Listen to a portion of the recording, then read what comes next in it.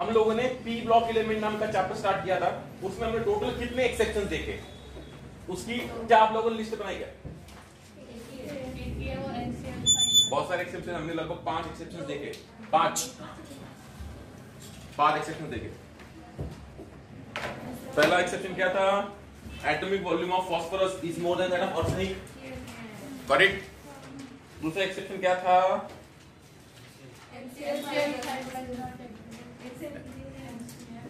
NCl5 does not exist but NCl3 exists, या जो भी है वो था। तीसरा एक्सेप्शन क्या था?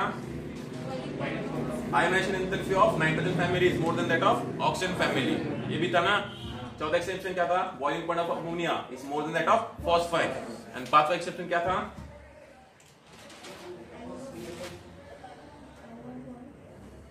जल्दी बोलो।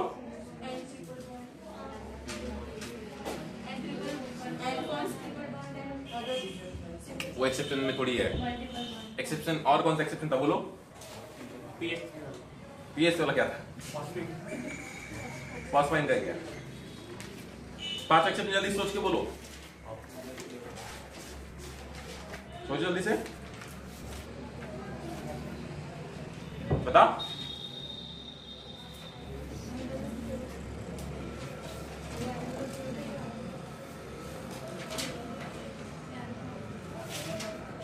पांचवा एक्सेप्शन है ड्रैगोस रूल वाला। कौन सा रूल? ड्रैगोस रूल वाला। तो बता रहे, देखो ध्यान से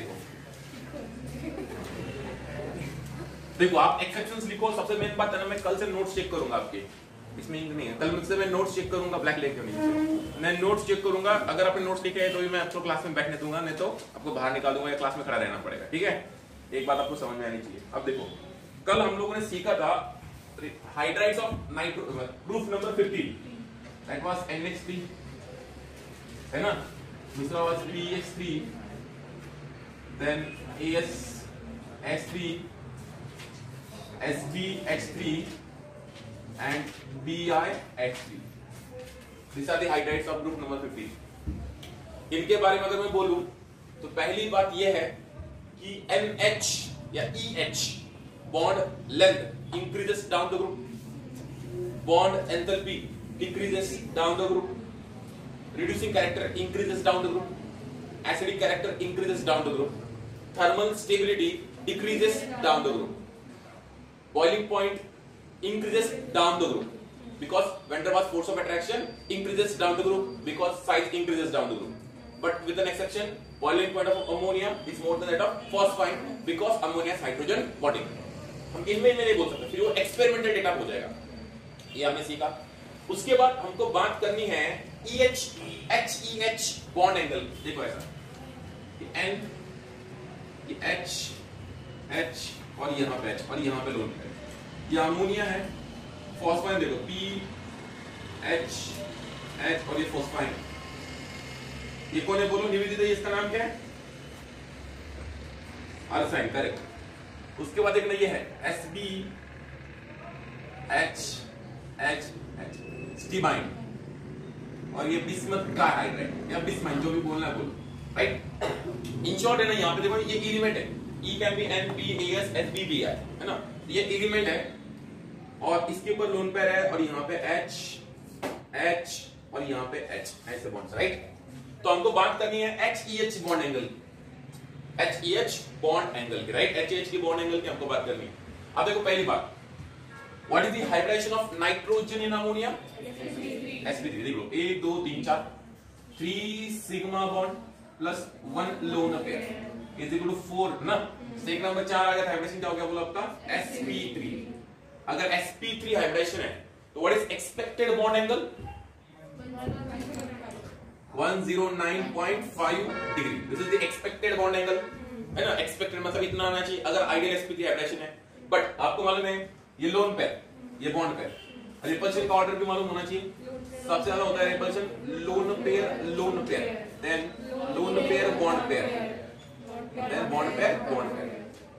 आपने एक बात गौर की क्या? मैंने सिर्फ रिएक्शंस के अलावा कुछ नया नहीं पढ़ाया, बाकी सब केमिकल बॉन्डिंग पेयर और टेबल से जुड़ा हुआ है।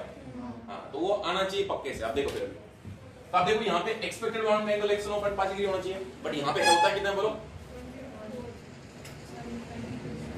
कितना होता है बोलो जल्दी से? 107 डिग्री। कितना होता है?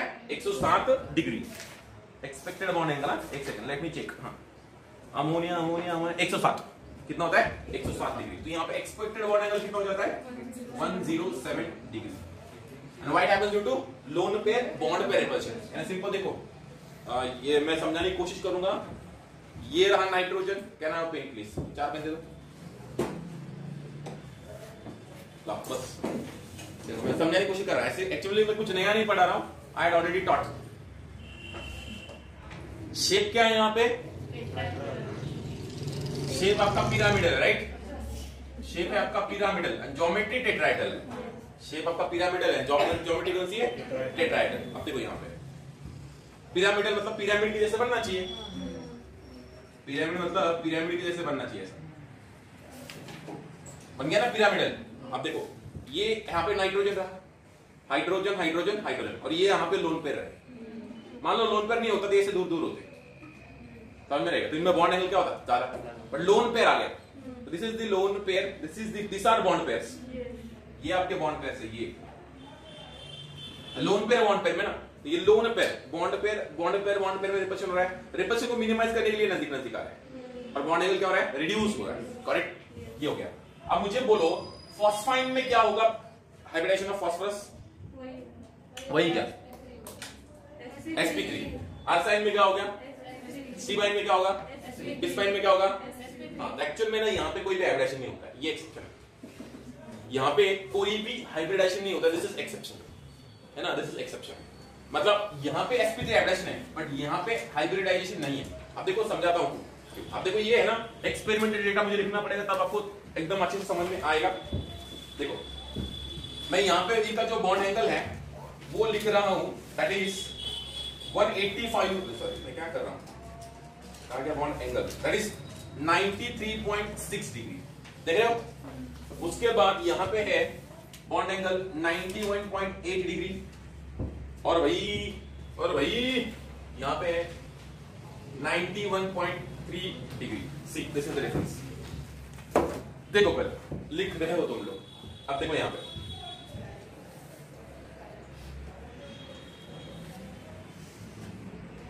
अब देखो यहां पे sp3 हाइब्रिडाइजेशन है, एंड यहां पे भी समझ में आता है 109.5 डिग्री आइडियल बॉन्ड एंगल होना चाहिए, but due to lone pair bond pair repulsion bond angle decrease to 160 degree, सिर्फ 2 डिग्री का फर्क आया। यहां पे अगर sp3 हाइब्रिडाइजेशन होता तो bond angle should be 109.5 degree, उससे थोड़ा कम 107, 106, 105 तो चलता, बट एकदम से कितना हो गया? 93.6 डिग्री। मतलब बॉन्ड एंगल बहुत ज्यादा डिविएट हो गया। यहाँ पे देखो और ज्यादा डिविएट हो गया है, और यहाँ पे और ज्यादा डिविएट हो गया। इसका डेटा दिया नहीं, बट यहाँ पे और डिविएट होगा। बॉन्ड एंगल एकदम से डिविएट हो गया। अब इसको एक्सप्लेन करना है, इसको हमको एक्सप्लेन करना है। तो साइंटिस्ट ने बोला कि भैया यहाँ पे हाइब्रिडेशन हो ही नहीं रहा है, इसी को हम लोग बोलते हैं ड्रैगोस रूल। मतलब इनका जो हमको एक्सप्लेन करना है bond angle, that is explain on the basis of आपका ड्रैगोस रूल। मतलब यहाँ पे ना प्योर p ऑर्बिटल्स ओवरलैप हो रहे हैं, यहाँ पे प्योर p ऑर्बिटल्स ओवरलैप हो रहे हैं। याद रखना, मैं कुछ नया नहीं पढ़ा रहा हूं, मैं केमिकल बॉन्डिंग नहीं पढ़ा रहा हूं, जिसको आता है उसको समझ में आएगा। देखो sp3 हाइब्रिडेशन है, मतलब मेरे बच्चे ऐसा कोमड़ी सप्पा यानी मुर्गी का पैर बनाना पड़ेगा, राइट? और देखो ये ऊपर से बड़ा पीछे से छोटा, ऊपर से बड़ा पीछे छोटा, ये ऊपर से बड़ा पीछे छोटा, ये ऊपर से बड़ा और ये पीछे से छोटा। This are sp3 hybrid orbitals. कितने बने? 1 2 3 एंड 4। इनमें बॉन्ड एंगल कितना है? 109.5 डिग्री। यहाँ पे भी 109, यहाँ पे भी 109, एक में सब 109। अभी लोन पेयर यहाँ पे एक बैठा हुआ है, सी दिस हियर, यहाँ पे लोन पेयर, राइट? ये बीच वाला नाइट्रोजन है ना, यहाँ पे हाइड्रोजन आ गया, यहाँ हाइड्रोजन आ गया, हाइड्रोजन आ गया, ड्यू टू लोन पेयर। और यहाँ पे कौन है? Bond pair repulsion. ये हाइब्रिड ऑर्बिटल्स नजदीक आ गए, मतलब यहाँ पे लोन पेयर किसमें बैठा हुआ है? sp3 हाइब्रिड ऑर्बिटल में ना। ये जो बॉन्ड पेयर ये भी किसमें है? sp3 हाइब्रिड ऑर्बिटल्स, क्योंकि यहाँ पे 4 sp3 हाइब्रिड ऑर्बिटल्स, और बॉन्ड नंबर एक्सप्लेन कर पा रहे हैं। अब देखो, अभी अगर यहाँ पे हमने कंसीडर किया कि हाइब्रिडेशन हुआ ही नहीं, मतलब देखो ऐसा होगा, ऐसा होता है। देखो p का कौन सा शेप होता है, निविधि से बता सकते हो? p ऑर्बिटल का कौन सा शेप होता है? Double shape. कौन सा होता है? डबल। अब देखो दिस इज x y और ये z, मान लो आर पार जा रही है। देखो ये रहा x, ये रहा y, ये रहा x और ये रहा z। देखो इनको बड़ा छोटा नहीं किया, मतलब यहाँ कोई भी वाइब्रेशन नहीं हुआ। Got it? अब देखो फिर 4 एच आने, 3 एच आने ना, देखो फिर 1 एच यहाँ पे आ गया, ये खत्म, ये 1 एच यहाँ पे आ गया, ये खत्म, और 1 एच यहाँ पे आ गया। नजदीक में समझो। तो इनमें देखो बॉन्ड एंगल कितना है 90 डिग्री के आसपास। इनमें बॉन्ड एंगल कितना है 90 डिग्री के आसपास है। मतलब यहाँ पे देखो किसका ओवरलैप हुआ है sp sp sp और ये जो नाइट्रोजन का लोन इनके जो लोन पेयर है किसमें s ऑर्बिटल में। यहाँ पे किसमें sp3 ऑर्बिटल में। समझे क्या? मैं कुछ भी नहीं पढ़ा रहा हूँ राइट, बट मैं स्टिल मैं सब केमिकल बॉन्डिंग की कॉन्सेप्ट बता रहा हूँ ताकि आपको समझ में आए।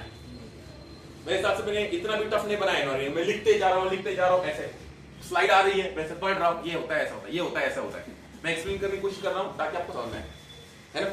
तो देखो यहाँ पे जैसे मैंने बात की, देखो ये P के P फास्फोरस के P ऑर्बिटल्स है X Z एंड Y, इनमें हाइब्रिडेशन हुआ ही नहीं, मतलब ये ज्योमेट्री बनी है। और ये देखो प्योर sp ओवरलैप हुआ, तो बॉन्ड एंगल भी नियर 90 डिग्री ना। मतलब देखो ये चला गया, लोन पे मुझे किसमें रखना है प्योर s में, है ना। मतलब यहाँ पे देखो loan pair is in pure s orbital, got it. इसलिए यहाँ पे बॉन्ड एंगल कितना है 90 के आसपास। तो क्वेश्चन आ सकता है, कभी पूछा नहीं गया है ना, Drago rule is not part of the syllabus, but उसका एप्लीकेशन दिख रहा है यहाँ पे, क्वेश्चन आ सकता है। How will you explain that HPH bond angle is 93.6 degree? So first of all, actually experimental bond angle between HPH is seen as 93.6 degree. This bond angle could not be explained on the basis of hybridization. So according to Dragos rule, it is assumed that experimental चीज को explain करने की कोशिश कर रहे हैं ना, हमको assume करना, it is assumed that there is no hybridization of orbitals in phosphine. There is pure overlap between s orbital of hydrogen and p orbital of phosphorus to form HP bond, and so bond angle is 93.6 degree because we know that orbitals are mutually perpendicular to each other. समझ में आ रहा है क्या? Here lone pair is in pure s orbital, इसी को अपन क्या बोलते हैं Dragos rule, means simple है, bond angle of phosphine, arsine, stibine and bismine can be explained of Dragos rule। मतलब जहां पे ड्रैगोस रूल ये बोलता है कि मॉलिक्यूल बनने के लिए हाइब्रिडेशन नहीं होता है, डायरेक्टली प्योर ऑर्बिटल्स ओवरलैप करते हैं, गॉट इट। और कंडीशन क्या है, हाइब्रिडेशन sp3 होना चाहिए, 3 बॉन्ड होने चाहिए और एक लोन पेयर होना चाहिए। हाइब्रिडेशन क्या होना चाहिए, sp3 होना चाहिए, 3 बॉन्ड होने चाहिए और एक लोन पेयर होना चाहिए, तब आपका ड्रैगोस रूल लगेगा। ये सिंपल आप याद रखो, नाइट्रोजन फैमिली में ड्रैगोस रूल लगा है, कौन सा रूल, ड्रैगोस रूल। मैंने जो बोला लिखने की जरूरत नहीं, मेरे हिसाब से आप समझ गए होंगे।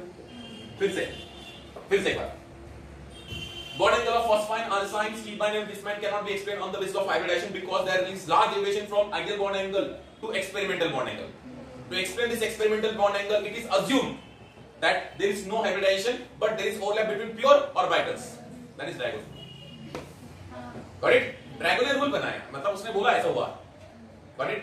आपको एक क्वेश्चन पूछ रहा हूं मैं, what will happen to HEH bond angle down the group? HEH ना, वही मैं बोल रहा हूँ। What will happen? It will increase or decrease? Decrease ना यार? देखो ना, लाइक ये लिखा है मैंने यहाँ पे, देखो है क्या नहीं? है ना, सिंपल है। अगर मुझे बॉन्ड एंगल लगाना है, सबसे बड़ा इसका, सबसे छोटा इसका ना, मैं ऐसे लिख सकता हूँ मैं, HEH bond angle decreases, right? That is explained again on the basis of Dragos rule. Sir फिर जो ड्रैगोस रूल है वो अमोनिया में अप्लाई करके फिर उसका भी अंदर छोटा कर सकते हैं। मुझे कुछ नहीं बोलेगा क्योंकि क्वेश्चन में कोई कमी नहीं है। अमोनिया में हाइब्रिडेशन हो रहा है, तो why we are applying Drago's rule, इसमें हाइब्रिडेशन हो रहा है और दिख रहा है स्मॉल डेविएशन है। छोटा करना होगा, क्यों करना, हम थोड़ी करते, एक्सपेरिमेंटल डेटा नहीं है। सर नीचे जाएंगे तो एंगल छोटा हो रहा और बॉन्ड लेंथ बढ़ रही है, तो नीचे स्टेरिक ऑर्बिट ज्यादा आ जाएगी, तो उससे फिर थोड़ा सा कुछ नहीं होगा, करो खुद को कंफ्यूज कर लो, आगे बोलो, समझे क्या? यहाँ पे हम लोग क्यों ड्रैगोस रूल लगाएं, क्योंकि ये प्योर हाइब्रिडेशन दिख रहा है ना यहाँ पे नहीं दिख रहा है, लार्ज डेविएशन है। तुम समझे नहीं मेरी बात, आप समझेंगे। देखो 109.5 डिग्री बॉन्ड एंगल दिख रहा है, अरे थ्योरी थी हाइब्रिडेशन, M18 हाइब्रिडेशन की थ्योरी थी और hybridisation could explain this things, so hybridisation successful हो गया, but hybridisation could not explain this thing, इसलिए हाइब्रिडेशन फेल हो गया, इसलिए तो हम लोग अगले थ्योरी के पास जाए। On the basis of hybridisation this is explained, this is not explained, this all are experimental data and experimental data is explained on the basis of theories. इसलिए हम लोग बोलते हैं ना ये थ्योरी है नहीं फेल हो गई क्योंकि दूसरा ऐसा होता है ना, समझे क्या? समझे क्या? देखो यहां पे ध्यान से देखो, नाइट्रोजन इज मोर इलेक्ट्रोनेगेटिव और ये लोन पेयर है, लोन पेयर भी नेगेटिव इलेक्ट्रॉन से, नाइट्रोजन भी मोर इलेक्ट्रोनेगेटिव, लोन पेयर में रिपल्शन होगा एंड सो दिस ने लोन पेयर और इलेक्ट्रोनेगेटिव नाइट्रोजन रिपल्शन होगा, इसलिए लोन पेयर दूर जाएंगे ना। फास्फोरस कम इलेक्ट्रोनेगेटिव है, इसलिए लोन पेयर और फास्फोरस में ज्यादा रिपल्शन नहीं होगा, इसलिए थोड़े नजदीक रहेंगे। ये और कम इलेक्ट्रोनेगेटिव तो खींचेगा ना, ये और नजदीक रहेंगे, ये और नजदीक रहेंगे, ये तो और नजदीक रहेगा, राइट। तो लोन पेयर बहुत दूर है, तो लोन पेयर बॉन्ड पेयर का रिपल्शन कम है, इसलिए बॉन्ड एंगल बड़ा है। लोन पेयर बहुत नजदीक है, लोन पेयर बॉन्ड पेयर का रिपल्शन ज्यादा है, इसलिए बॉन्ड एंगल छोटा है।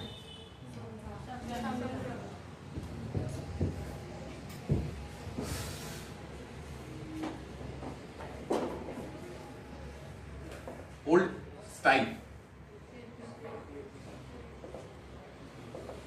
से ठीक, ओल्ड स्टाइल से ठीक।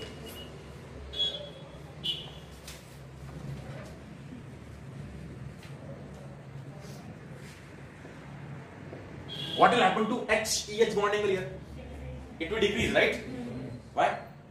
ट्राइगोस रूल लगा सकते हो, यहाँ पे भी ट्राइगोस रूल लगेगा। अब देखो यहाँ पे होगा क्या, देखो एक बार, ऑक्सीजन इज मोर इलेक्ट्रोनेगेटिव, ये भी इलेक्ट्रोनेगेटिव, इनमें ज्यादा repulsion, so loan pair is far, right, so less repulsion.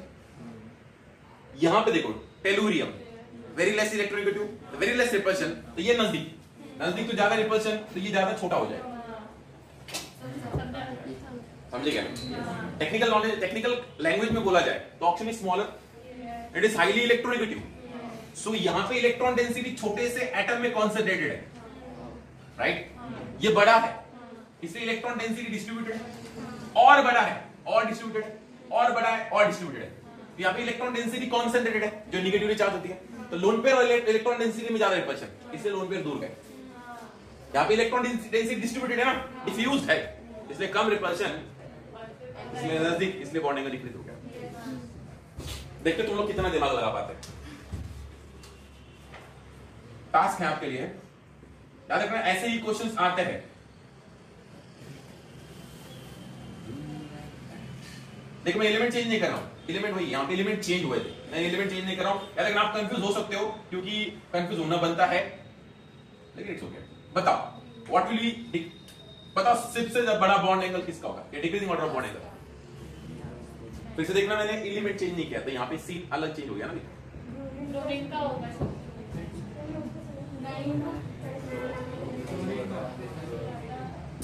Nitrogen trifluoride, nitrogen trichloride, nitrogen tribromide, थोड़ा लैंग्वेज यूज करो ऐसे, ब्रोमीन का हो गया,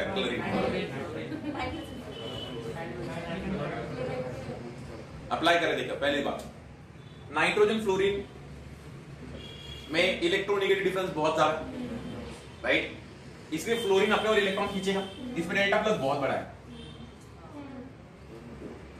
नाइट्रोजन क्लोरीन में इलेक्ट्रॉन डिफरेंस कम है, तो डेल्टा प्लस जो रहेगा वो कम रहेगा ना, क्योंकि इलेक्ट्रॉन डिफरेंस कम हो गया, और कम यहाँ पे, और डेल्टा प्लस कम हो गया। ज्यादा डेल्टा प्लस है मतलब लोन पेयर को अपने खींच रहा है ज्यादा,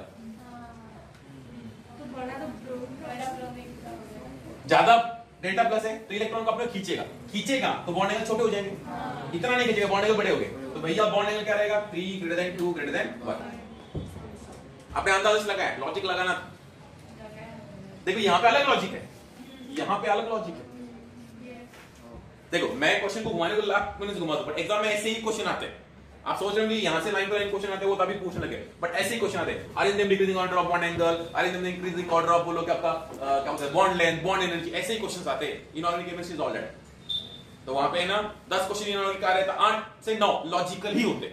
अब जो बोलते हैं ना एक्सेप्शन है, रटना पड़ेगा, तो रट लिए तुम लोग। और या decreases down the group, decreases down the group, समझ माने ना। और यहाँ पे भी क्या बोला आपका, इंक्रीजेस डाउन द ग्रुप, अगर हैलोजेंस लगाए तो। वेरिएशन कैसे भी आ सकते हैं। बताओ किसका डाइपोल मोमेंट ज्यादा होगा। देखो मैं क्वेश्चन कैसे पूछ सकता हूं,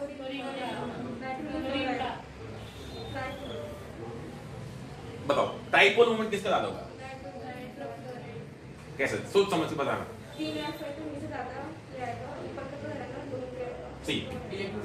सी आगे फिर से कंफ्यूज तो नहीं कर रहा हूं,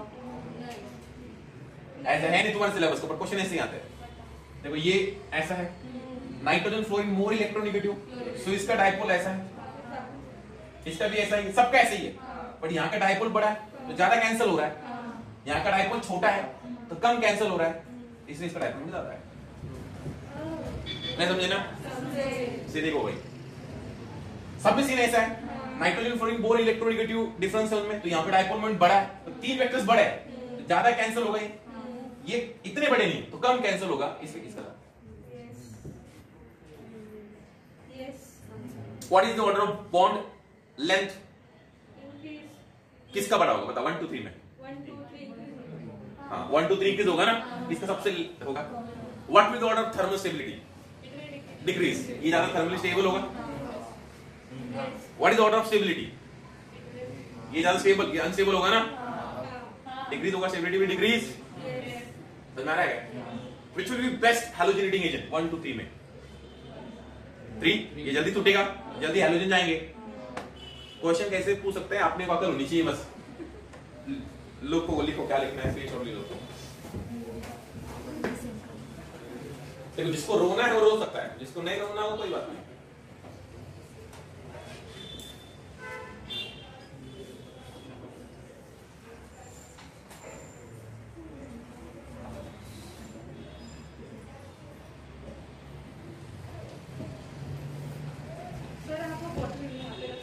हाँ रख सकता हूँ, रख सकता हूँ। आज कौन नया है यहाँ?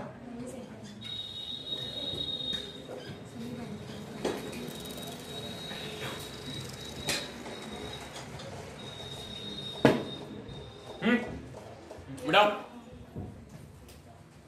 कोविड के कारण बच्चों का क्या हालत होगी, क्या मालूम, कैसे करेंगे बच्चे? चलो ठीक है, तो हमने chemical properties of group number 15 element सीखे थे, राइट? उसमें पहले था reaction with oxygen, then reaction with oxy acids, then reaction with base, right, या alkali, and then reaction with hydrogen. Got it? अभी नेक्स्ट है that is reaction with metals. Reaction with metals है ना? अगर मैं सोडियम मेटल ले लूं, उसकी रिएक्शन में नाइट्रोजन के साथ करा तो क्या बन सकता है आपके हिसाब से? Sodium nitrite, sodium nitrite. तो कैसे करोगे? VN ना,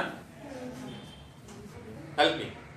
में नाइट्रोजन -3 में लेके गया, सोडियम को +1 लेके जाना पड़ेगा ना। अगर मैं मैग्नीशियम की रिएक्शन फास्फोरस से करा तो क्या बनेगा? Magnesium phosphide. कैसे रहेगा बोलो? मैं फॉस्फोरस किसमें लेके गया? -3 में, क्योंकि मेटल के साथ वो माइनस ही जाएगा, तो -3 तो -6 + 6 मैग्नीशियम फॉस्फाइड। अगर मैं कैल्शियम की रिएक्शन फॉस्फोरस से करा, हेल्प मी, क्या बनेगा? Exactly, calcium phosphide. अब कुछ बच्चे रट रहे होंगे, कुछ बच्चों को समझ में आ रहा है सर कुछ नहीं कर रहे, बस ये इनका -3 पकड़ के लिख रहे हैं इनको, है ना, -3 + 1। It depends on you. Aluminium reacting with nitrogen, नाम बोलो, नाम नाम नाम। Al3N नहीं, 3 कैंसिल हो जाएगा। क्या करेंगे, क्या मॉलिक्यूलर फार्मूला क्या रहेगा? एग्जैक्टली ये है एल्यूमिनियम नाइट्राइड। क्या रहेगा? Aluminium nitride. क्लियर हुआ क्या? ठीक है, that is reaction with metals. चलो next reaction with non metals है क्या? नहीं आपकी सलाह देंगे? नहीं, इसकी रिएक्शन भी नहीं है, हैलोजन से नहीं करेंगे। समझ में? This was all about group number 15। Recall मारते हैं, ग्रुप नंबर 15 खत्म हो गया है ना। ग्रुप नंबर 15 के अभी कंपाउंड सीखना है। कहां है? क्या क्या रिएक्शन टूवर्ड्स हैलोजन। हाँ तो क्या है इसमें, क्या दिया?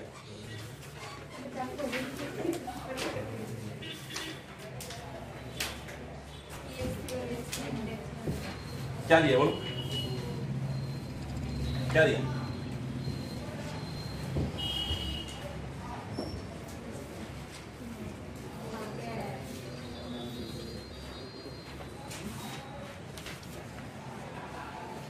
मिल रहा है कि नहीं मिल रहा?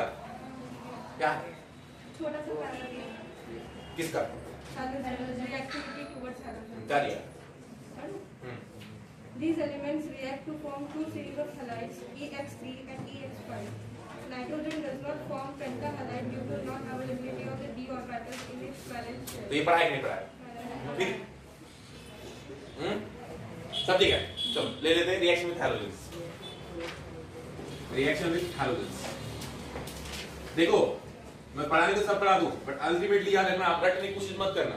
हैलोजेंस देखो, फास्फोरस को अगर हम लोग क्लोरीन के साथ रिएक्ट कराएं तो पहले फास्फोरस ट्राइक्लोराइड बनता है। यहाँ पे फास्फोरस कौन से ऑप्शन शीट में है? +1 या +3? और इसको अगर हम लोग फिर से क्लोरीन के साथ रिएक्शन कराएं तो फास्फोरस पेंटाक्लोराइड बनता है। क्लियर हो गया? अगर हम लोग नाइट्रोजन को रिएक्शन कराएंगे फ्लोरीन से तो क्या बनेगा? नाइट्रोजन ट्राइफ्लोराइड, जो कि स्टेबल है। अगर फिर से फ्लोरीन से रिएक्शन कराएंगे कुछ नहीं होगा, इश्यू क्या होगा? नाइट्रोजन पेंटाफ्लोराइड नहीं बनेगा। करेक्ट? समझ में आया? अगर हम लोग करते हैं नाइट्रोजन फॉस्फोरस, आर्सेनिक की रिएक्शन हम लोग फ्लोरीन से कराते हैं तो क्या बनेगा आपका? आर्सेनिक ट्राइफ्लोराइड, है ना? आर्सेनिक पेंटाफ्लोराइड बहुत ही कम बनता है, लेकिन बन सकता है। समझ में आया? That is all about reaction with halogens. तो यहाँ पे खत्म हो गया ग्रुप नंबर 15 की फिजिकल प्रॉपर्टीज, केमिकल प्रॉपर्टीज, उनका ऑकरेंस, है ना? आप देखो पी ब्लॉक एलिमेंट को मैंने कैसे थोड़ा ध्यान सुनना है। हमने ग्रुप नंबर 15 को स्टार्ट किया। ग्रुप नंबर 15 में पहले एलिमेंट्स कौन से वो देखे, फिर उसके बाद उनका ऑकरेंस देखा। ऑकरेंस के बाद हम लोगों ने उनका ऑक्सीडेशन स्टेट सीखा। उसके हमने एनोमलस प्रॉपर्टी सीखी, है ना? उसके पीरियड 2 की वो सीखने के बाद हमने स्टार्ट किया पीरियोडिक टेंस को। उसमें एटॉमिक साइज, एटॉमिक रेस आ गया। उससे हमने किसको स्टार्ट किया? केमिकल प्रॉपर्टीज को। समझ में? अब इतना सीखा ना, सेम इतना ही हम लोग 16 का सीखेंगे, सेम इतना ही हम लोग 17 का सीखेंगे, सेम इतना ही हम लोग 18 का सीखेंगे। मतलब आपको लिंक बन जाएगी क्या है। उसके बाद फिर पी ब्लॉक में कोई समानता नहीं, फिर अपनी अपनी जगह चलते हैं। जैसे नाइट्रोजन फैमिली में नाइट्रोजन है तो उसके इंपॉर्टेंट कंपाउंड्स, जैसे N2 गैस हो गया, अमोनिया हो गया। फास्फोरस में फिर कौन होगा आपका? फास्फोरस ट्राइक्लोराइड हो गया, फास्फोरस पेंटाक्लोराइड हो गया, फॉस्फाइन हो गया, फास्फोरिक एसिड हो गया। तो अलग अलग कंपाउंड्स बनेंगे। तो उनको आप 10 साल बाद सीखेंगे या किसी चैप्टर के बाद सीखेंगे तो भी फर्क नहीं पड़ता, क्योंकि जुड़े हुए नहीं। समझ में आएगा? अभी हम लोग स्टार्ट कर रहे हैं ग्रुप नंबर 16 को। ग्रुप नंबर 16 पर थोड़ा सा मैं फास्ट जाऊंगा क्योंकि मुझे जल्दी खत्म भी करना है, और मैंने आपको पढ़ाया है ग्रुप नंबर 15 आप कोरिलेट कर पाएंगे, है ना? तो बी वेरी फास्ट अभी। हाँ, अभी हम लोग ग्रुप नंबर 16 को स्टार्ट करेंगे, है ना भाई? ग्रुप नंबर 16 में जो एलिमेंट्स है उनका नाम ऑक्सीजन, सल्फर, सेलेनियम एंड टेलोनियम, है ना? उसके बाद बोलेंगे पोलोनियम भी बोलेंगे। पहली बात सुनो, ऑक्सीजन एक गैस है, नॉन मेटल है। सल्फर एक सॉलिड है, नॉन मेटल है। सेलेनियम और टेलोनियम मेटलॉइड्स है, एंड पोलोनियम क्या बोला आपके? मेटल्स है। तो ये ड्रास्टिक चेंजेस दिखेंगे यहाँ पे प्रॉपर्टीज में, है ना? आप मुझे बता सकते हो पी ब्लॉक एलिमेंट्स में आपको मेटल्स मिलते हैं, नॉन मेटल्स भी मिलते हैं, सॉलिड्स भी मिलते हैं, लिक्विड्स भी मिलते हैं, गैस भी मिलते हैं। एंड पी ब्लॉक एलिमेंट में बहुत ज्यादा वेरिएशन प्रॉपर्टीज का दिखता है। ऐसा क्यों? आप बता सकते हैं मुझे? Why there is lot of variation in properties of P block elements, बता सकते हैं क्यों?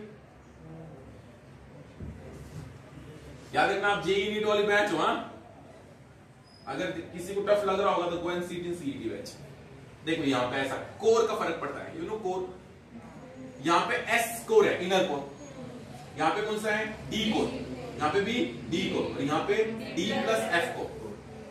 तो इनका inner core electronic configuration differ करता है, इसलिए इनकी प्रॉपर्टीज भी चेंज होती है। जैसे इसके केस में एस कोर है, इसके केस में डी कोर है, इसके केस में डी कोर है, इसमें कौन सा है आपका? डी प्लस एफ कोर है। So there is difference in inner core electronic configuration of P block elements, and so there is lot of variation in P block elements. जैसे अगर आप लोगों ने ग्रुप 1 में जाएंगे तो सारे मेटल्स मिलते हैं, लीना की रूबी फ्रेंडशिप, कोई वेरिएशन नहीं, इतनी वेरिएशन होती नहीं। ग्रुप 2 में जाएंगे सारे मेटल्स मिलते हैं, बेटा मांगेगा सरदार बाप राजी, सारे मेटल। बट यहाँ पे वेरिएशन नहीं मिलता है। नाइट्रोजन में जाओ, नॉन मेटल, है ना? Phosphorus non metal, arsenic metalloid, antimony metalloid, bismuth metal. Properties भी, रिएक्टिविटी भी अलग है। अगर तुम सोडियम को HCl से रिएक्ट कराओगे, सोडियम क्लोराइड हाइड्रोजन गैस बनेगा। पोटेशियम को HCl से कराओगे, पोटेशियम क्लोराइड हाइड्रोजन गैस बनेगा। समझ में आ रहा है ना? लीना की रूबी से रूबिडियम क्लोराइड हाइड्रोजन गैस बनेगा। मतलब यहाँ पे कोई वेरिएशन नहीं, बट यहाँ पे आपने देखा था जैसे फास्फोरस आर्सेनिक HNO3 के साथ रिएक्ट करके अलग बन रहे थे, बस दूसरे अलग बना रहे और तीसरे अलग बना रहे, कुछ ऑक्साइड्स बना रहे, कुछ नाइट्रेट्स बना रहे, कुछ याद करो। ये वेरिएशन क्यों आ रहा है? क्योंकि यहाँ पे इनर कोर इलेक्ट्रॉनिक कॉन्फ़िगरेशन अलग है। करेक्ट? तो ये बात समझना, पी ब्लॉक एलिमेंट्स में इतना वेरिएशन क्यों होता है, क्वेश्चन आ सकता है कहीं से भी कहीं भी। तो चलो पहले इनका हम लोग एटॉमिक नंबर निकालेंगे। इसका 8 8 और 8 16 नटरा 34 और नटरा 52 correct. Books close, books close 52 and 52 and 32 84 correct. Books close right. अब इनका आपको इलेक्ट्रॉनिक कॉन्फ़िगरेशन लिखना है। इसका क्या रहेगा बोलो आपका हीलियम राइट। तो S खत्म हो गया, आगे क्या रहेगा बोलो आपका 2p4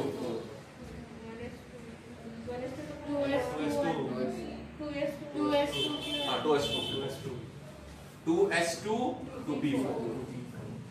इसका बोलो नियॉन 10 2p6 खत्म 3s2 3p4। इसका बोलो आर्गॉन 80 3p खत्म। बोलो भाई बोलो तो बोलो 3d10 और 4p4। तुम लोग इलेक्ट्रॉनिक कॉन्फ़िगरेशन नहीं बता पा रहे हो हीलियम और क्रिप्टॉन तमाम। क्या है 36 राइट। कौन खत्म हो गया जल्दी से बोलो कौन खत्म हो गया 5p6 खत्म हो गया। आगे बोलो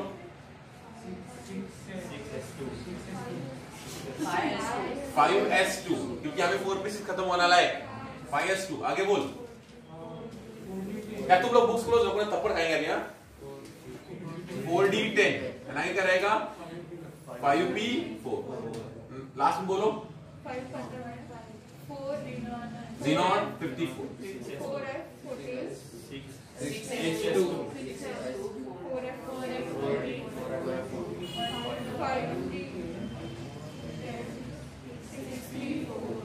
ठीक है।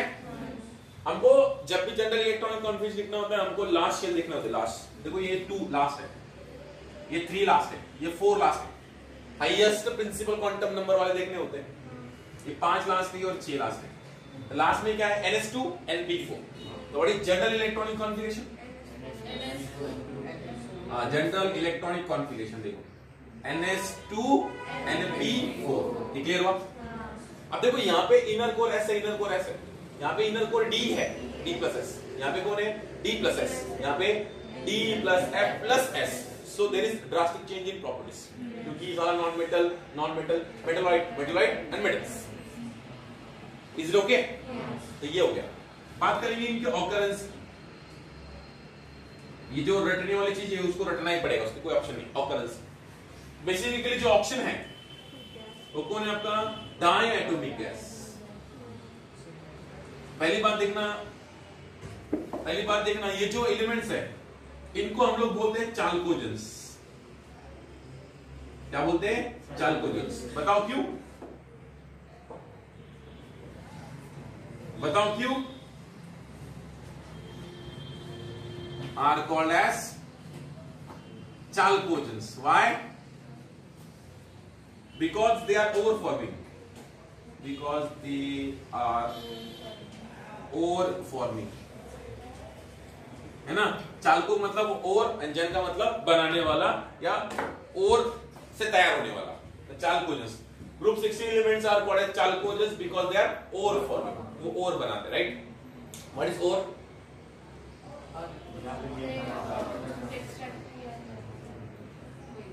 What is ore? Can you define ore?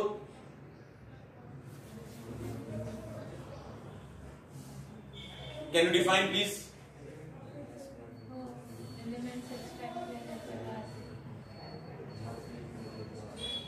What is ore? Ore is the mineral from which elements can be extracted profitably. Is called as ore. Got it? यहाँ से elements extract कर सकते हैं। तो ये ores बनाते हैं। इसलिए इनको क्या बोलते हैं? चाल्कोजेंस। तो याद रखना इसके पहले 4 एलिमेंट्स को ही चाल्कोजेंस बोलते हैं। पोलोनियम चाल्कोजेन में नहीं आता। इसको चाल्कोजेन फैमिली बोलते हैं क्योंकि ये और बनाने वाले, इसलिए क्या बोलते हैं? चाल्कोजेंस। पोलोनियम चाल्कोजेन नहीं है बट वो चाल्कोजेन फैमिली का हिस्सा है क्योंकि पोलोनियम और नहीं बनाता। करेक्ट? समझ में आ रहा है क्या? उसके बाद अगर हम लोग बात करेंगे इनके ऑकरेंस की, तो O2 आपका है ना डायएटॉमिक गैस है। डायएटॉमिक गैस है। बताओ उसका एटमॉस्फेयर में कितना परसेंटेज होता है? हाँ, तो यहाँ पे एटमॉस्फेयर में ना ये 21% बाय बोलो वॉल्यूम हो रहा है। अगर आपने 100 ml एयर को कंडेंस किया है उसमें से 21 ml ऑक्सीजन रहेगा, बाकी जो है वो गैसेस रहेंगे, अलग गैसेस, है ना, पता होना चाहिए। तीसरी बात, अगर हम लोग इतना ही है, अभी देखो सिंपल है, मैं ओर्स लिखूंगा, उन ओर्स का नाम क्या है ध्यान से देखना। जैसे मैंने बोला जिंक सल्फाइड, ये जिंक की ओर है, मतलब इस ओर से हम लोग जिंक को प्रॉफिटेबल एक्सट्रैक्ट कर सकते हैं, ओर का नाम है। जैसे मैंने लिखा कॉपर सल्फाइड, किसकी ओर है? कॉपर की ओर है। जैसे मैंने लिखा copper oxide, right, what is the name of this compound? Exactly बताना, क्यूप्रिक या cuprous? This is cupric oxide and this is cuprous oxide. यहाँ पे इसके हाईएस्ट ऑक्सीजन रेट +2 में है और ये +1 है ना भाई। देखो ये ओर्स है, जैसे मैंने लिखा CuFeS2, ये भी किसकी ओर है? आयरन की ओर है या कॉपर की ओर, किसी की मान लो, क्योंकि इसमें से एक्सट्रैक्ट कर सकते हैं, समझ में आ रहा है भाई। ऐसे मैंने लिखा PbS, ये भी किसकी ओर है बोलो? आपकी प्लम्बम की, किसकी? प्लम्बम की या लेड की ओर है। तो बेसिकली देखना, ये जो एलिमेंट्स है ये ओर बनाते हैं, ये ओर्स है ना, इसलिए इनको क्या बोलते हैं? चालको कुछ मैंने ओर्स लिखा, राइट। तो ऑक्सीजन आपका डायटोमिक गैस है, 28% बाय वॉल्यूम होता है, 28% बाय वॉल्यूम होता है किसमें? एटमॉस्फेयर में। तीसरी बात, most abundant element in earth crust, most abundant element in earth crust, मतलब अर्थ का 46% आपका ऑक्सीजन होता है। Most abundant element in earth crust, earth का 46% ऑक्सीजन होता है, ये मैंने गलत बोला। अर्थ में जो एलिमेंट्स मिलते हैं उनमें 46% कौन होता है? आपका ऑक्सीजन होता है, समझे क्या? हाँ, तो समझ साला अपना धरती में तब सिर्फ ऑक्सीजन ही ऑक्सीजन है, राइट, समझ में आ गया। उसके बाद सल्फर की बात करेंगे। हाँ, सल्फर, तो सल्फर है, sulphur is octa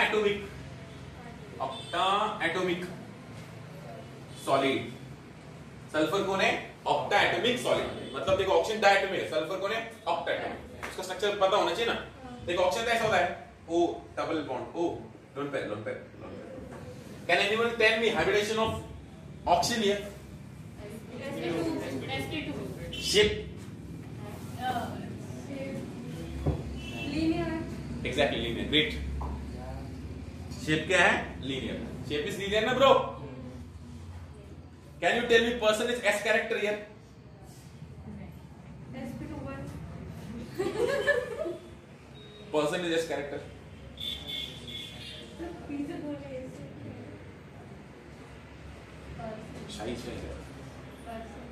percentage S character बता सकते हो आप? मुझे बताओ जल्दी से। sp2 है तो क्या रहेगा? 33.33% ना।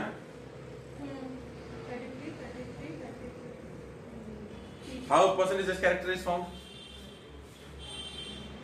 कैसे परसेंटेज S कैरेक्टर निकाला जाता है?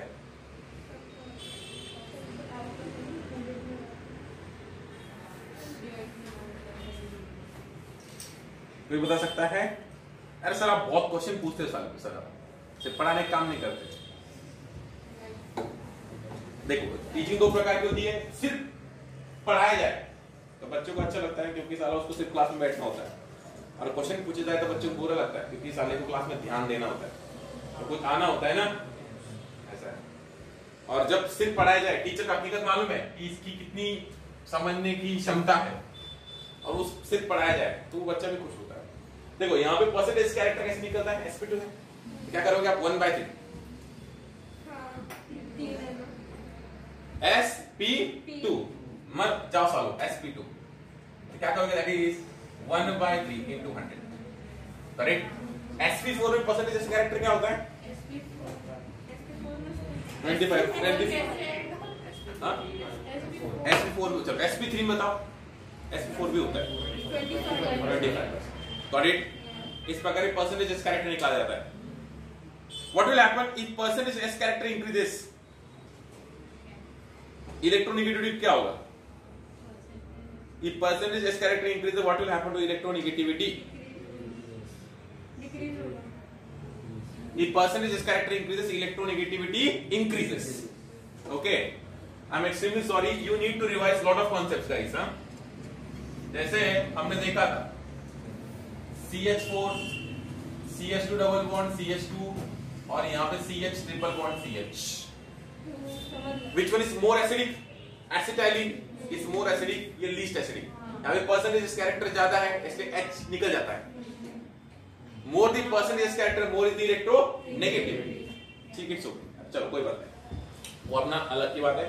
सल्फर इस ऑक्टाटोमिक सॉलिड, और सल्फर है ना, sulphur has puckered ring structure. कैसा होता है? पकर्ड रिंग स्ट्रक्चर मतलब देखा ऐसा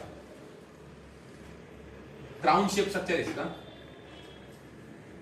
1 2 3 4 5 6 7 और 8. Got it? Crown shape structure. कैसा स्ट्रक्चर है? क्राउन. मैंने क्राउन सही से बनाया क्या? नहीं, क्राउन गंदा बनाने क्या? हाँ, ये बन गया. 1 2 3 4 5 6 7 और 8. समझ में आ रहा है? इसका क्या है? मतलब आपका पकड़ रिंग स्ट्रक्चर मतलब है ना, ये नॉन प्लेनर रिंग है. कौन सा है? Octa atomic. उसके बाद सल्फर है ना, सल्फर किस किस फॉर्म में एग्जिस्ट करता है ये आपको पता होना चाहिए. तो सल्फर देखो, सल्फर है ना, सल्फर बनाता है आपका, देखो ये आता है कॉपर सल्फेट डॉट 2H2. इसका नाम क्या है? आपने सीखा होगा. इसका नाम क्या है? गुड मॉर्निंग बच्चा. इसका नाम क्या है? जिप्सम. इसका नाम क्या है? जिप्सम. समझ में आ रहा है? जिप्सम. सल्फर किसके रूप में एग्जिस्ट करता है? जिप्सम के रूप में. राइट. अगर मैंने ऐसे लिखा मैग्नीशियम सल्फेट डॉट 7H2O, इसका नाम है इप्सम. जो आपको मालूम है वही एक्सपेक्ट करता हूं, इसका नहीं. ये आपने कहां सीखा था? Class 10th. अरे प्लास्टर ऑफ पेरिस, जिप्सम.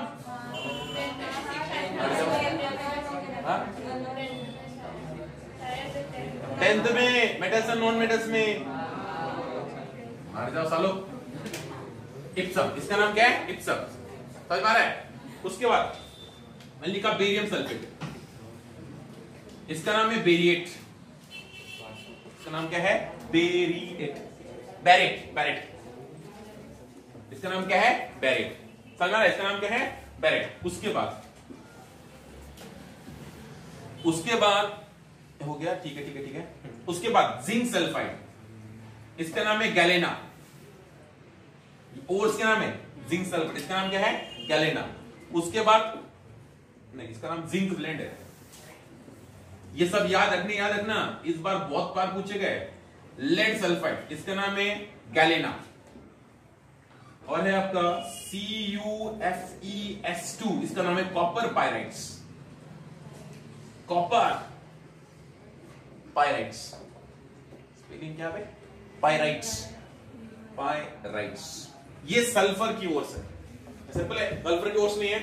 ये कॉपर का ओर है, ये मैग्नीशियम का ओर है, ये बेरियम का ओर है, ये जिंक का ओर है, लेड का ओर है. ये किसका? आपका कॉपर का ओर है. Got it? लेकिन सल्फर इनके फॉर्म में एग्जिस्ट करता है. तो आपको मैच द पेयर्स में ना लगभग ये क्वेश्चन लगभग है ना, याद कीजिए 3 से 4 बार पूछा गया, चाहे नीट का एग्जामिनेशन हो या जेई का एग्जामिनेशन. तो आपको ये याद रखना ही पड़ेगा. Copper sulphate dot 2H2 gypsum. Magnesium sulphate dot 7H2 Epsom. Barium sulphate barite. ये तो याद ही रहता है. जिंक ब्लेंड गैलेना एनवलप का copper pyrites. Match the pairs आता है. ये कॉपर का ओर है, लेड का ओर है, जिंक का ओर है, बेरियम का ओर है, मैग्नीशियम का ओर है, आपका कॉपर का ओर है. Got it? ये समझ में आना चाहिए. Got it? इस फॉर्म में आपका कौन एग्जिस्ट करता है? बोलो आपका सल्फर. सेलेरियम एंड टेलुरियम ये मेटालॉइड्स है. ये भी बहुत कम पाए जाते हैं अर्थ में. ठीक है ना. एंड पोलोनियम एक रेडियोएक्टिव मेटल है. पोलोनियम क्या एक आपका रेडियोएक्टिव एलिमेंट है, मेटल है. और याद रखना इसका नाम पोलैंड पे दिया है. यू नो पोलैंड एक देश है, उसके नाम पे इसका नाम दिया है. और इसको किसने डिस्कवर किया था? Madam Marie Curie and Pierre Curie, जिन्होंने रेडियो एक्टिविटी के बारे में बताया. इसने Marie Curie and Pierre Curie. और Marie Curie and Pierre Curie का होम टाउन है पोलैंड. और उन्होंने इस एलिमेंट को डिस्कवर किया, जिसका नाम क्या है? Polonium. Alright, this is all about occurrence. समझ में? जनरल इलेक्ट्रॉनिक कॉन्फ़िगरेशन हो गया, ऑकरेंस हो गया, और इसमें आपको याद रखने वाली बातें भी हो गई। ठीक है, चलो स्क्रीनशॉट ले लो।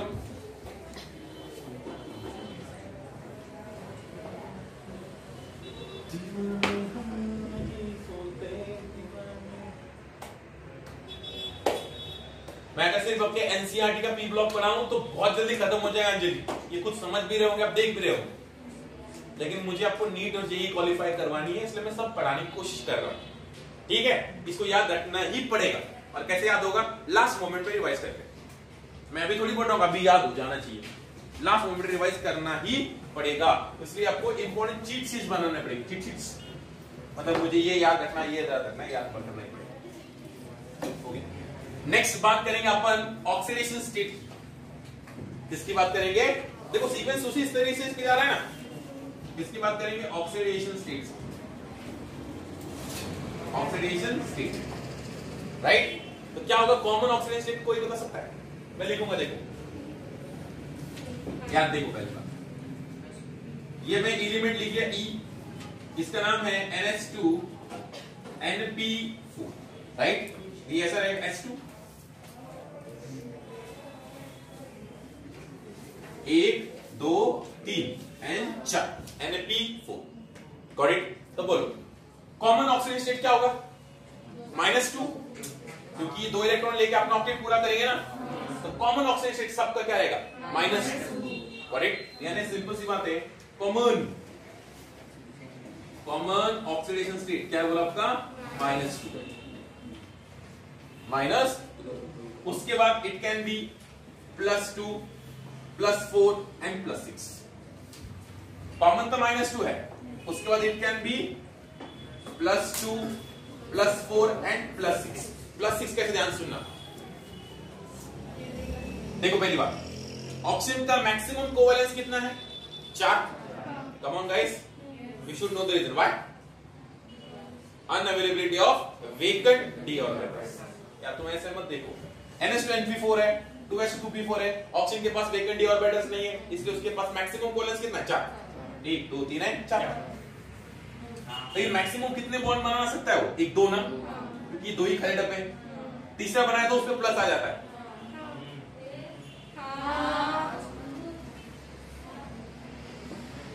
ये वाटर है, अगर आपने इसमें H+ दिया तो ये O, यहाँ पे H, यहाँ पे H, ये प्लस और एक लोन पे तो बाकी ना। अगर तुम फिर से तो ये तो कभी बनेगा ही नहीं, करना है तो ऐसा O, यहाँ पे H H H H और 2 प्लस आ जाएगा ना। तो मैक्सिमम कोवैलेंस कितना है? 4। बट ऑक्सीजन फ्रीली कितने बॉन्ड बनाता है? 2, क्योंकि उसके बाद 2 खाली करते हैं, करेक्ट? बाकी एलिमेंट्स का मैक्सिमम कोवैलेंस कितना होगा? 6 तक जा सकता है ना वो। क्यों? क्योंकि वो अपने इलेक्ट्रॉन्स किस में एक्साइट करेंगे? वेकेंट d में।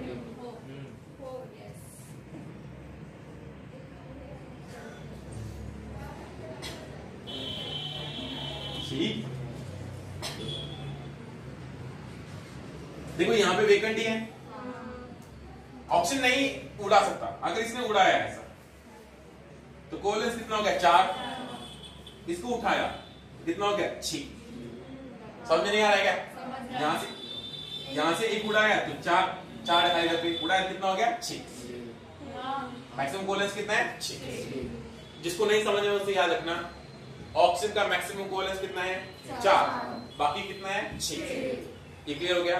दूसरी बात समझना, कॉमन ऑक्सीजन स्टेट क्या है? -2, क्योंकि ऑक्टेट पूरा करना है। दिखाना तो कोई भी दिखा सकते हैं, +2 +4 +6, दे कैन शो +1 आल्सो। जैसे देखो OF2, फ्लोरीन क्या रहता है? -1, तो -2 तो +2, बरोबर? अगर मैंने कर दिया O2F2, हेल्प मी, +1 हो गया ना। See this is -2 +2 +2/2, that is equal to +1, correct? दिखाने को -1 भी दिखा सकते हैं। याद करो अंजलि गुप्ता, ओ अंजलि गुप्ता, ये परऑक्साइड है ना, ये +1 -1 +1 -1, समझ में आ रहा है? हमने सीखा था परऑक्साइड्स, लेकिन कॉमन क्या है? +2 +4 +6 -2 -1, What will happen to stability of +6 oxidation state? Decrease down the group due to inert pair effect. Come on guys, बोलो जल्दी से. NH2NP4 है, NH2NP4 है. The stability of +6 oxidation state will decrease down the group because due to inert pair effect. मतलब ये unavailable रहेंगे. तो मैं एक क्वेश्चन पूछता हूँ, आप आराम से बता देना. SF6 exists, but OF6 does not exist. Unavailability of vacant D. It's very easy. See, चीजें लिंक हो गई. बहुत जल्दी सिलेबस खत्म हो जाएगा अगर तुम लिंक कर पा रहे हो. SF4 exists, OF4 does not exist.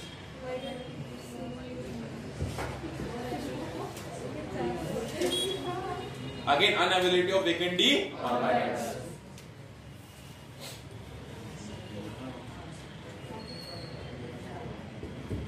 Oxygen कितने बॉन्ड बनाने हैं? 4. कितने खाली ऑर्बिटल चाहिए? 4 ना. इसको 6 बॉन्ड बनाने तो 6 खाली ऑर्बिटल तैयार होते. देखो ऐसे ऐसे मतलब अनपेड इलेक्ट्रॉन्स. यहाँ पे कितने चाहिए? 4 अनपेड इलेक्ट्रॉन्स, जो हो ही नहीं सकता. तो ये अनपेड इलेक्ट्रॉन्स जैसे H2O सुनते हो. नेगेटिव बॉन्डिंग तुम इसके साथ नहीं कर सकते क्योंकि देखो फ्लोरीन पे भी लोन पेयर है. कंफ्यूज कर रहा हूं शायद. इसमें H+ था इसलिए इलेक्ट्रॉन दिया, यहाँ पे थोड़ी देखा हो. It's okay. जिसको नहीं समझ में उससे याद रखना, SF6 exists because of its vacant D orbitals and OF6 does not exist. Is it okay? हाँ. उसके बाद after seeing oxidation state जल्दी से खत्म करते हैं. बोलूंगा सिर्फ. Let us start with periodic trends. ध्यान सुनना. Atomic radius increases down the group. Ionic radius, ionization enthalpy, exception. First ionization enthalpy of oxygen family is less than that of nitrogen family because nitrogen has half field stability. But second ionization enthalpy of oxygen family is more than that of nitrogen family क्योंकि उसमें अभी half field stability है. Got it? Electron gain enthalpy decreases down the group with exception. Electron gain enthalpy of sulfur is more than that of oxygen because there is less inter-electronic repulsion for incoming electrons in bigger 3p orbital of sulfur as compared to smaller 2p orbital of oxygen. कुछ याद करो नालायको. Oxygen का smaller 2p orbital है, उसमें electron जब add करते हैं ज्यादा रिपल्शन फेस होता है, इसलिए उसकी इलेक्ट्रॉन की एंथैल्पी कम होती है. सल्फर का बड़ा 3p है, उसकी इलेक्ट्रॉन की एंथैल्पी क्या होती है? ज्यादा. ग्रुप नंबर 16 में कौन सा एलिमेंट है जिसकी इलेक्ट्रॉन की एंथैल्पी सबसे कम है? ऑक्सीजन. देखिए ऐसा है, sulphur, selenium, tellurium and then oxygen. Data है. सल्फर की इलेक्ट्रॉन की एंथैल्पी ज्यादा, उससे कम किसकी है? सेलोनियम की. उससे कम किसकी है? टेलोरियम की. उससे कम किसकी है? पोलोनियम की. उससे कम किसकी है? ऑक्सीजन. Got it? समझे क्या? ये डेटा है. इतना तो समझ में आया ना तुम? बट ये डेटा है और आ सकता है. अरे in the elements of group number 16 in they are decreasing order of electron gain enthalpy. Sulphur सबसे ज्यादा, कम कम कम. पोलोनियम को हम लोग कंसीडर करते हैं. But that is about electron gain. समझ में? Electronegativity decreases down the group. Oxygen is the second most electronegative element in periodic table. Atomic volume increases down the group. बढ़ रहा है ना? Exception नहीं है यहाँ पे. What will happen to density? Increases down the group. Density is equal to mass by volume. Mass बढ़ रहा है, density भी बढ़ रहा है. Let me ask the question. Oxygen is a gas, but sulfur is solid. Why? Oxygen is gas, but sulfur is solid. Why?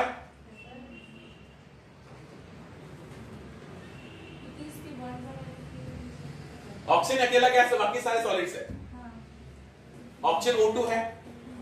O2 में जो force of attraction है वो केवल weak van der Waals force of attraction, और इनमें क्या है? Strong van der Waals force of attraction. So oxygen is gas but sulphur is solid. क्या मैं समझा पाया? पीरियोडिक ट्रेंड खत्म हो चुके हैं. करेक्ट? अभी बात करेंगे केमिकल प्रॉपर्टीज जो हम लोग कल सीखेंगे. समझ आया? केमिकल प्रॉपर्टीज खत्म हो जाएगी, फिर हम लोग किसके पास जंप करेंगे? 17.